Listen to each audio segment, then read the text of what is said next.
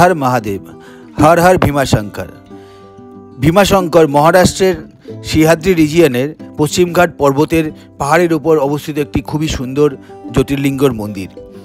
এখানে কুম্ভকর্ণের পুত্র ভীমাকে শিব ঠাকুর নিজে হাতে ধ্বংস করেন, আর ওখানে দেবতাদের কথায় উনি ওখানে শিবলিঙ্গ হিসাবে অবস্থান করেন। এই মন্দির নিয়ে শিবাজি এবং পেশওয়াজি এনাদের প্রচুর গল্প আছে। অসাধারণ ভাস্কর্যের একটা মন্দির, যেটা পুরোনো দিনের নাগারা আর্ট ফলো করা হয়। পাহাড়ের ওপর পাহাড়ের কার্ভিংগুলো অপূর্ব সুন্দর। মন্দিরে ঢুকলেই আপনার একটা অন্যরকম অনুভূতি হবে। আমরা বাইক নিয়ে কলকাতা থেকে গুজরাট যাওয়ার সময় মহারাষ্ট্রে এই মন্দিরটি দর্শনে যাই। মন্দিরে ঢুকতে ঢুকতে আমাদের তখন রাত্রির 9টা বেজে গেছিল। 10টার সময় মন্দির বন্ধ হয়। একটু রাত্রির হওয়ার জন্য মন্দির একদমই খালি ছিল। আমি আর আমার ছেলে অসাধারণ একটা দর্শন পেয়েছিলাম এবং বাবার সামনে প্রায় আধ ঘন্টার ওপর বসেছিলাম। এরকম সচরাচর দেখা যায় না। মন্দিরের ভিতর ক্যামেরা অ্যালাউ নাই, তো বাইরের দিক থেকে এই ভীমাশঙ্করের লাইভ দর্শনটা আপনাদের দেখাতে পেরে আমরা খুব ধন্য হয়েছিলাম। এই মন্দিরটি অনেক কনস্ট্রাকশনের কাজ হচ্ছে, হয়তো আগামী দিনে আরও সুন্দর হয়ে যাবে। এবং মন্দির সংলগ্ন প্রচুর হোটেল এবং রেস্টুরেন্ট আছে, যেখানে থাকা খাওয়ার খুবই সুবন্দোবস্ত আছে। খুব কম টাকায় খুব সুন্দর অবস্থান। হোটেল এবং বাজারগুলো ক্রস করার পর নিচের দিকে প্রায় 100টা সিঁড়ি নেমে আসার পর অনেকগুলো দোকান। এখানে মাখা সন্দেশের মতো প্রসাদ বিক্রি করা হয়। সেই প্রসাদ আপনি কিনে মন্দিরের ভিতরেই গর্ভগৃহে দর্শন করতে পারবেন। অসাধারণ একটা অনুভূতি এই মন্দিরে আসলে আপনার হবে। এই মন্দিরের পাশেই ভীমা নদী আছে, আর এইটা একটা রিজার্ভ ফরেস্ট। এইখানে আসলে অবশ্যই এই প্রসাদ বাড়ির জন্য নিয়ে যাবেন। অসাধারণ। আর ছেলে দুজন মিলে মন্দিরে পুজো দিয়ে হোটেলের রুমে চলে গেলাম প্রসাদগুলো নিয়ে। সকালবেলা ঘুম ভাঙতেই অসাধারণ একটা দৃশ্য চোখে পড়লো। যেহেতু আমরা রক ক্লাইম্বিং ট্রেকিং করি, আমাদের এই দৃশ্য দেখেই একদম চক্ষু চড়ক গাছ। আমরা এখন ভীমাশঙ্করের জঙ্গলের মধ্যে দিয়ে, এটা রিজার্ভ ফরেস্ট।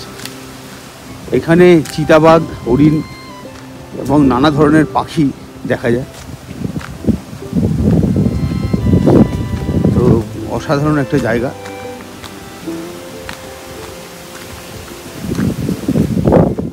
কালকে রাত্রে এখানে পৌঁছাতে অনেক রাত হয়ে গেছিল।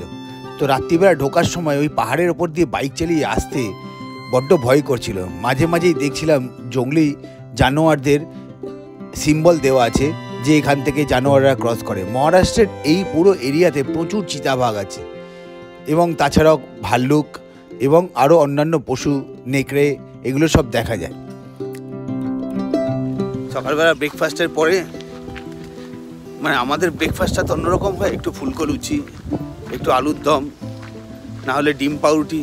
এখানে এইসব ইডলি ফিডলি খাওয়া তো আমাদের অভ্যেস নেই। খাওয়া যায়, ভালো জিনিস, খুব ভালো, হেলদি জিনিস।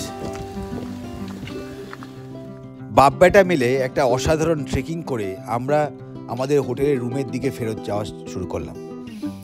অসম্ভব সুন্দর সকালটা আমরা কাটালাম এখানে। হোটেলটাও খুব ভালো ছিল। রাত্রিবেলা আমরা যখন পৌঁছেছি, আর এখানে মন্দিরের ট্রাস্টের রুম খুবই কম পাওয়া যায়। তো এখানে একটা আমরা প্রাইভেট রুম নিয়েছিলাম 4 তলার ওপর থেকে ভিউটা অসাধারণ।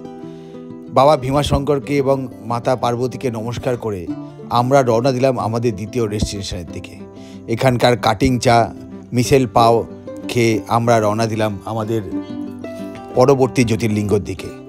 সঙ্গে থাকবেন, খুব ভালো লাগবে আমাদের এই বাইক রাইডে যদি আপনারা আমাদের সাথে থাকেন। জ্যোতির্লিঙ্গগুলো ভারতবর্ষের বুনিয়াদ, মানে আমাদের দেশের যে ধর্মীয় সংস্কৃতি, সেটাতে জ্যোতির্লিঙ্গর খুবই অবদান আছে। এবং এই জ্যোতির্লিঙ্গগুলো একটা সুতোর মধ্যে বাঁধা। এই জ্যোতির্লিঙ্গ যদি 12টা আপনি দর্শন করতে পারেন, তাহলে এটা আপনার জীবনে আমূল পরিবর্তন এনে দেবে। বলে যে এই জ্যোতির্লিঙ্গ দর্শনের মাধ্যমে একটা একটা করে রিপু আপনার ত্যাগ হয়ে যায়। সঙ্গে থাকুন, আবার দেখা হবে আগামী জ্যোতির্লিঙ্গে। হর হর মহাদেব।